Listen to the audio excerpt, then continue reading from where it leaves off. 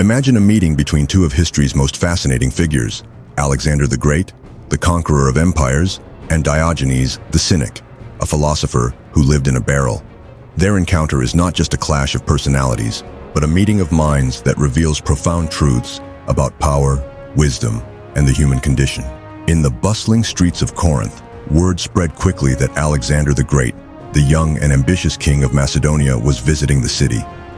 Crowds gathered to catch a glimpse of the legendary conqueror, whose empire stretched from Greece to India.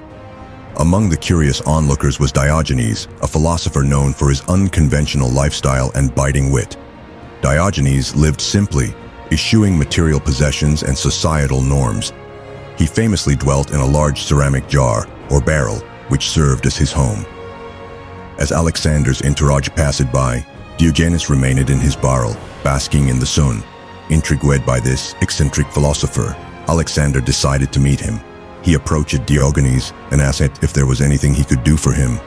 Diogenes looked up at Alexander, who stood before him in all his regal splendor, and replied, "Yes, you can step aside.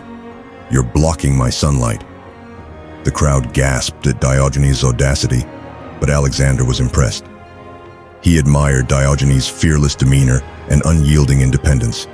He realized that despite his vast empire, he could never possess the inner freedom and contentment that Diogenes possessed with his simple life. As Alexander walked away, he turned to his companions and said, "If I were not Alexander, I would be Diogenes."